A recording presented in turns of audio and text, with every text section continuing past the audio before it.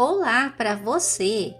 Antes de começar a relatar o conto, peço que você deixe seu like, se inscreva no canal e ative o sininho de notificações. Toda essa interação faz o YouTube entender que você gosta desse tipo de conteúdo e lhe indicará mais vídeos quando forem postados.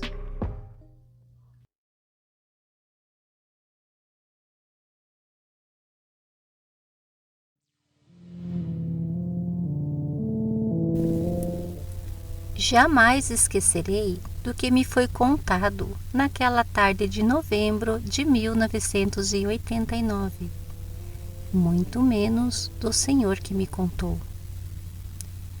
Estava em um hospital público aguardando para ser atendida.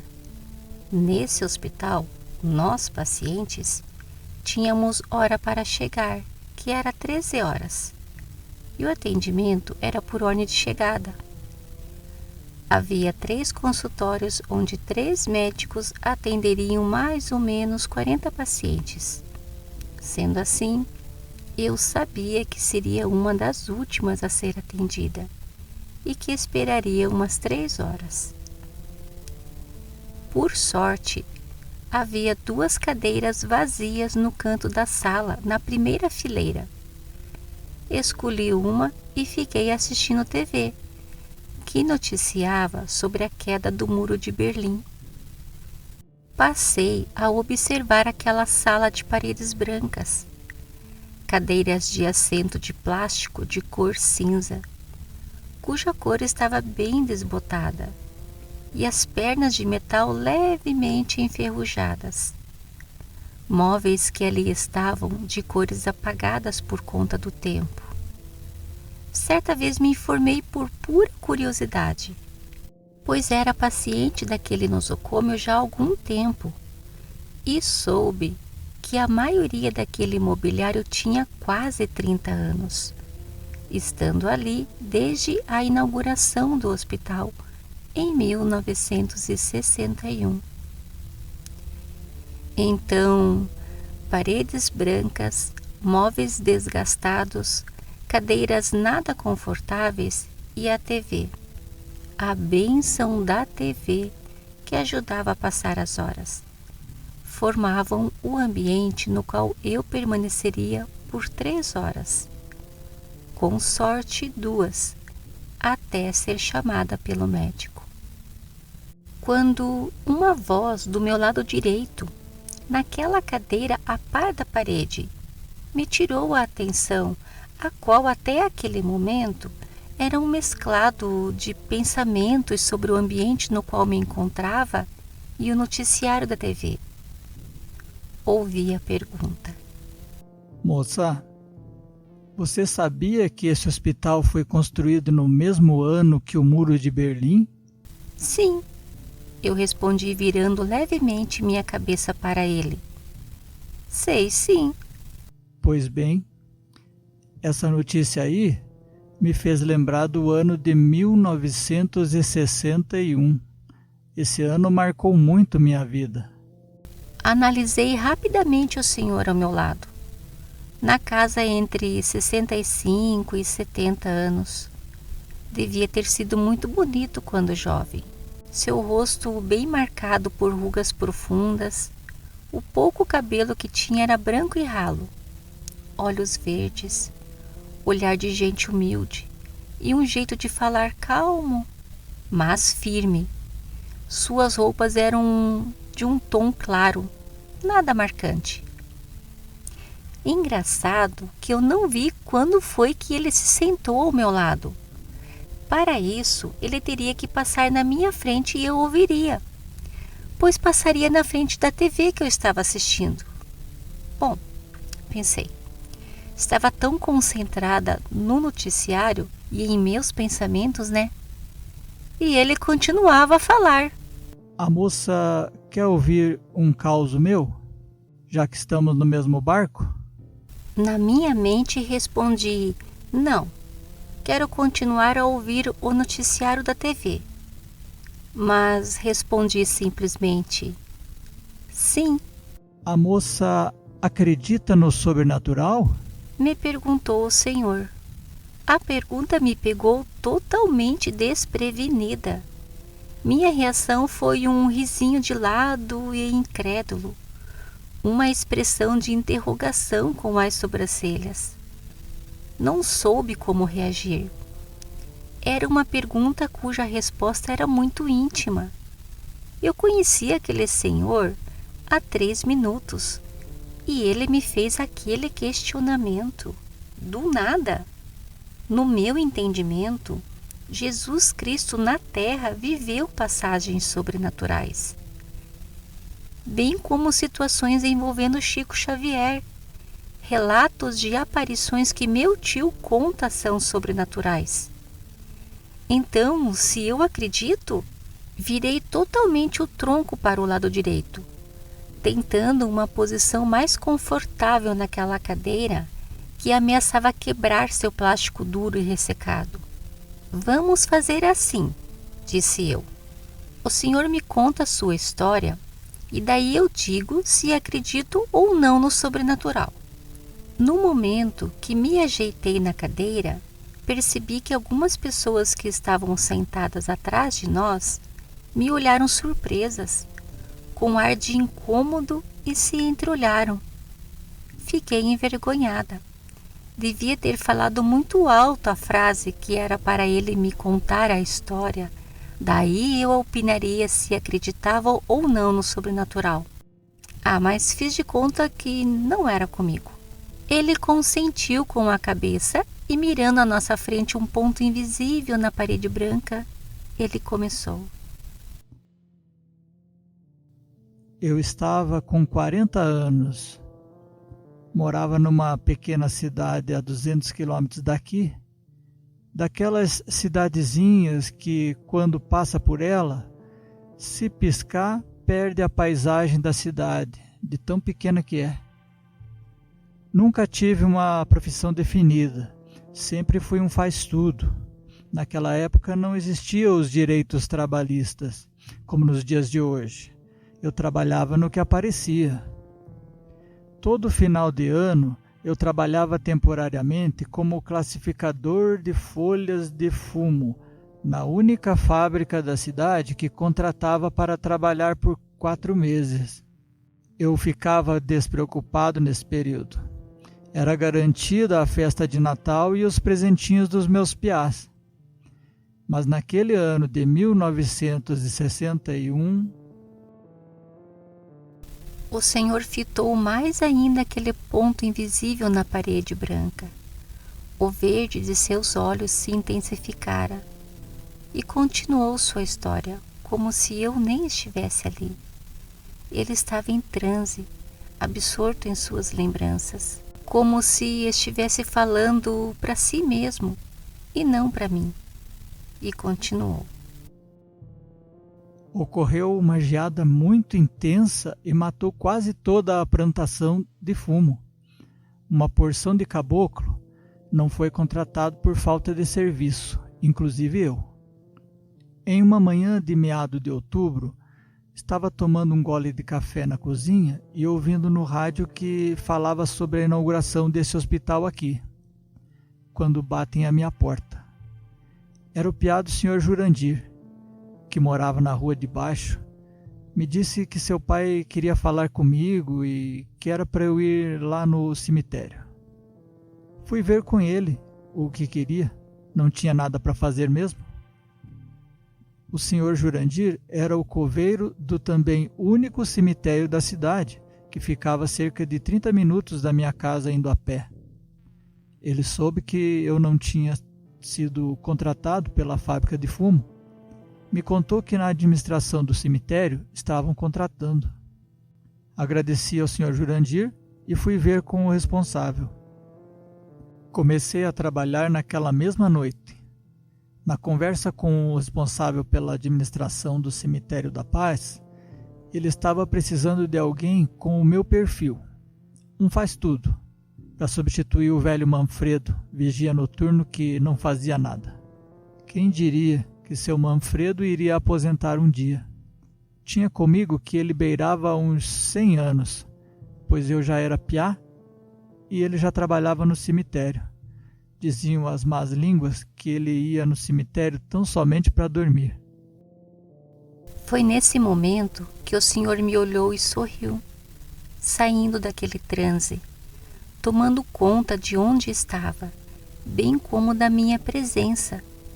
E eu agora era só atenção àquele estranho. Eu sorri também, cúmplice daquela tiragem, como se eu também conhecesse o velho Manfredo. O Senhor parou de contar o causo e me perguntou se minha consulta era de algum problema grave de saúde, o que eu respondi que não.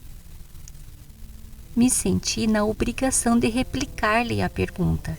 Ele me contou que estava ali para uma consulta cardiológica e que estava com problemas relativamente graves, mas naquele dia era para somente pegar as receitas. Confesso que não estava interessada em seu estado de saúde, e sim que ele continuasse sua história. Estava intrigada, pois havia me perguntado se eu acreditava no sobrenatural. Depois me conta a história de sua vida, como se a estivesse relatando para o programa de rádio A História da Minha Vida, onde o Renato Gaúcho lê histórias enviadas pelos ouvintes, e eu interessada no sobrenatural que não acontecia. Fiquei frustrada. Queria que continuasse, mas não queria ser deselegante, visto que ele estava contando seu problema de saúde, né?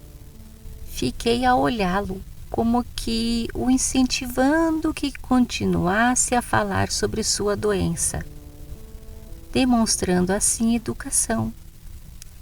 E o Senhor não o fez, para minha satisfação, e disse: Continuando minha história, nesse momento, me senti como uma garotinha que senta no chão de perninhas cruzadas, em cima de um tapete vermelho, e de frente a um adulto aconchegado em um sofá.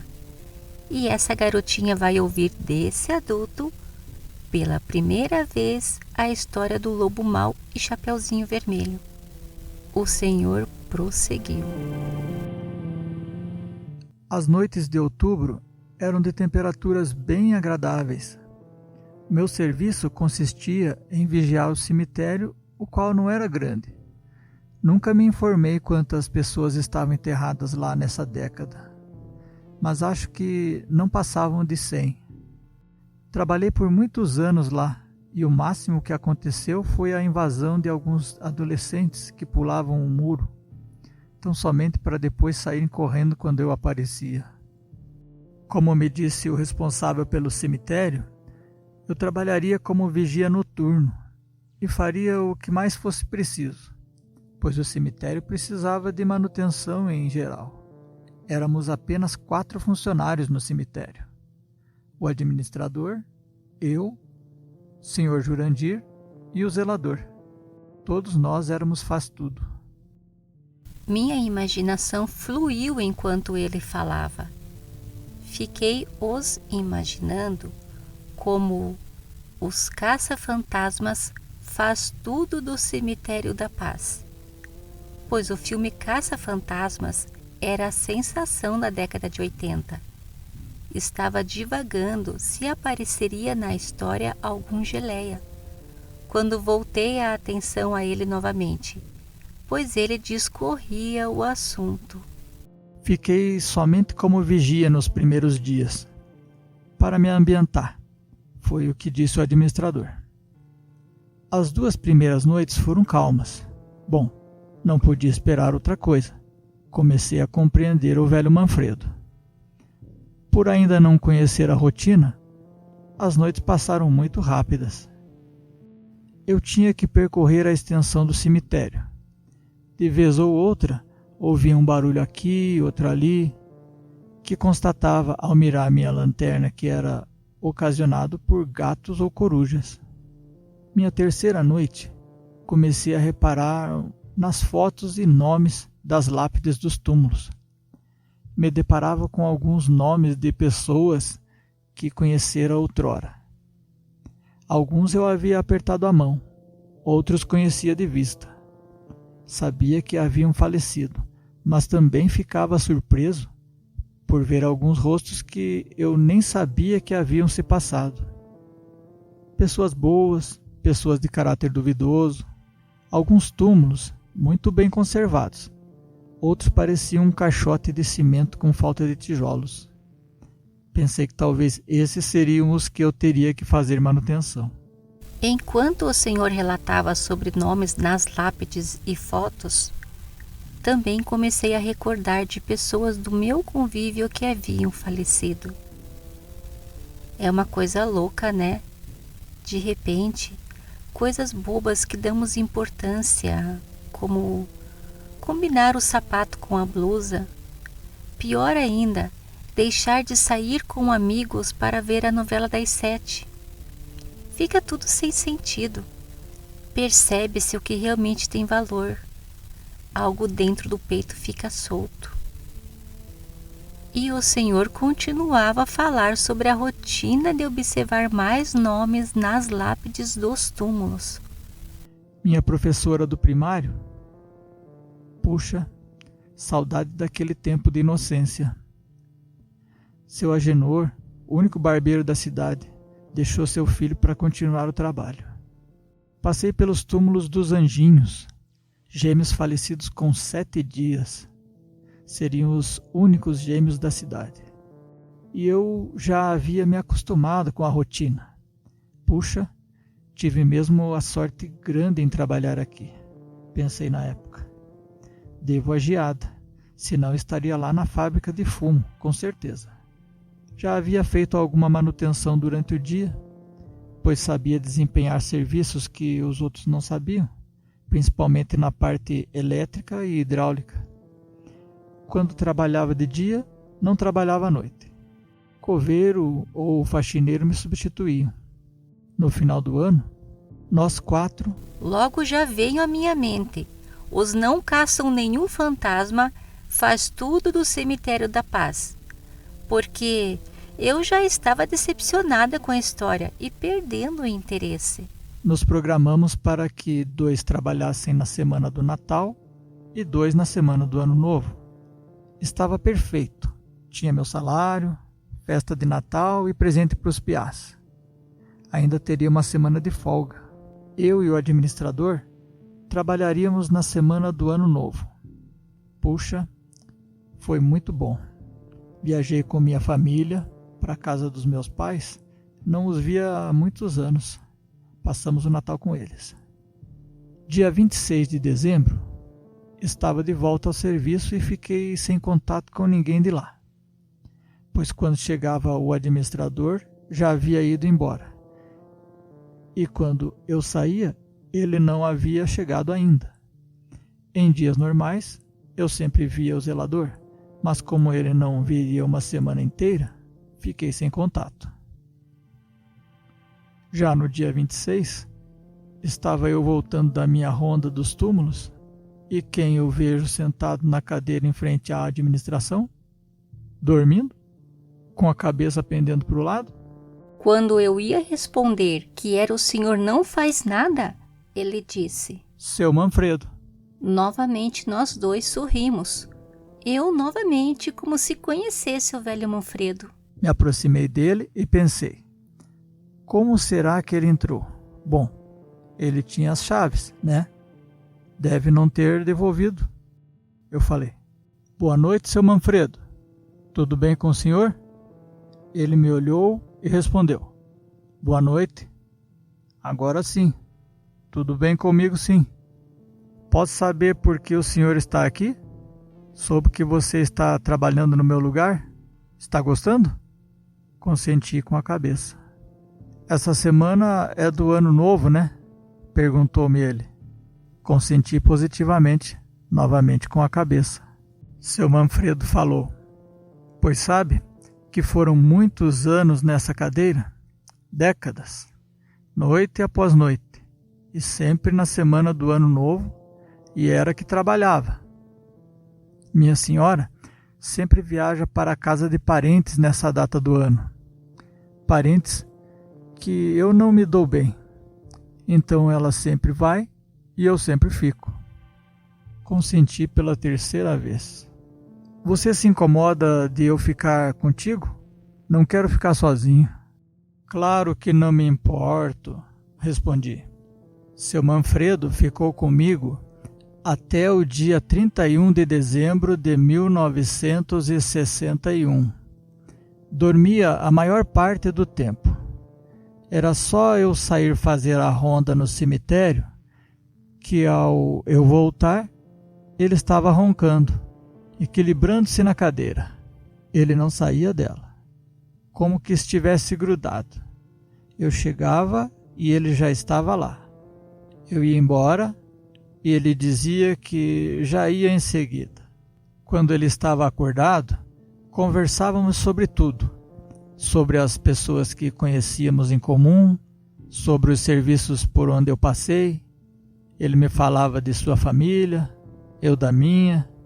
No dia 1º de janeiro, já não era mais meu plantão. Como sempre, na 7ª noite, era minha folga. Quando voltei no dia 2, estava novamente sozinho. Seu Manfredo não estava. E eu fui acostumando novamente à minha rotina solitária. Passaram dias, e uma vez ou outra passei a olhar novamente os nomes nas lápides, coisa que não fazia há um tempinho. Foi então que percebi um túmulo novo no canto do muro, escondidinho. Não lembrava dele antes. E me aproximei. Realmente era um túmulo novo. Nossa, desde que entrei trabalhar aqui, ninguém havia sido enterrado.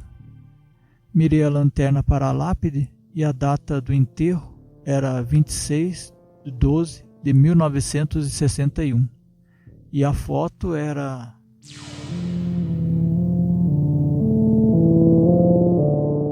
Quando então ouvi o meu nome sendo chamado no consultório número 1. Aquele consultório que tinha só a marca do número 1 acima da porta, pois o número 1 há muito tempo já havia sumido. Levantei e olhei para o senhor e disse: "Puxa, bem agora, preciso ir." Ele sorriu e eu entrei no consultório. Apesar da demora em ser atendida, os médicos eram muito bons e atenciosos. Mas, por falha da parte da secretaria, meus exames não estavam no prontuário médico. Meu médico pediu para eu aguardar e foi lá na secretaria pedir para localizá-los. Ele demorou. Contado pelo meu relógio de pulso, demorou 9 minutos. Ainda hoje lembro do meu relógio de pulso. Foi o primeiro relógio que comprei com meu primeiro salário. Era de quartzo com ponteiro redondo e pulseira de couro preta. Anos após 1989, quando à noite eu voltava da escola, um drogatito me abordou e roubou meu relógio. E o senhor do causo, com certeza era a foto do seu Manfredo na lápide, e ele havia passado na companhia de um morto por 6 noites. Credo, que história, hein? E esse médico que não volta nunca. Ainda tenho que passar no supermercado antes de ir para casa. Tudo isso eu pensava antes do médico voltar. Me marcou tanto que eu lembro até dos pensamentos. Então ele voltou com meus exames, todos sob controle. Mandou que eu continuasse com a medicação e retorno em 1 ano, e caso precisasse viesse a emergência. Saí do consultório, já era 3h46 O senhor não estava mais aguardando. Pensei que ele estava dentro de algum consultório. Esperei 5 minutos e mais 5 minutos. Vi as pessoas que saíram dos consultórios 2 e 3. O médico que me atendeu já estava indo embora. Puxa, ele deve ter sido chamado logo após que eu fui. Como era a consulta só para pegar resultados de exames e os dele estavam no prontuário, ele logo saiu. Pensei. E agora? Quero ter a certeza se era o seu Manfredo. E também, se encontro o senhor, terei que responder se acredito ou não no sobrenatural. Na secretaria vão me falar dele. Mas como é o nome dele? Não sabia. Nós não nos apresentamos. A sala já estava vazia. Fui perguntar na secretaria. Dei as características, mais ou menos a idade, que era paciente da cardiologia e que havia vindo somente para pegar receitas médicas. A secretária me respondeu que naquele dia era atendimento médico somente para pacientes da endócrino e não cardiologia.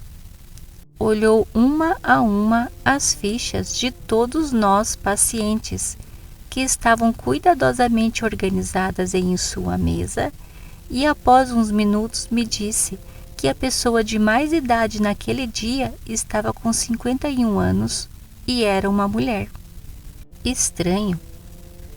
Arrisquei uma fala, que nós estávamos sentados na primeira fileira na sala de espera, e ele estava na cadeira a par da parede e eu ao seu lado. A secretária me olhou já sem paciência e se posicionou atrás da pilha de prontuários, da qual havia largado para vir me atender. Percebi naquele momento que ela tinha muito serviço. E daí ela me falou: daqui da secretaria, eu tenho uma visão ampla da sala de espera. Não me recordo de ver alguém nesse canto que você se refere. Lembro apenas de você. Os pacientes costumam me falar que não gostam de sentar nessa cadeira porque não conseguem assistir à TV. Assenti com a cabeça e agradeci a atenção. Saí do prédio e parei na calçada. Tinha que seguir com meus planos e fui para o supermercado. Voltei nesse hospital depois de 1 ano para minha consulta de rotina. Sentei naquela cadeira do canto. E realmente não dá para ver a TV. Tudo igual.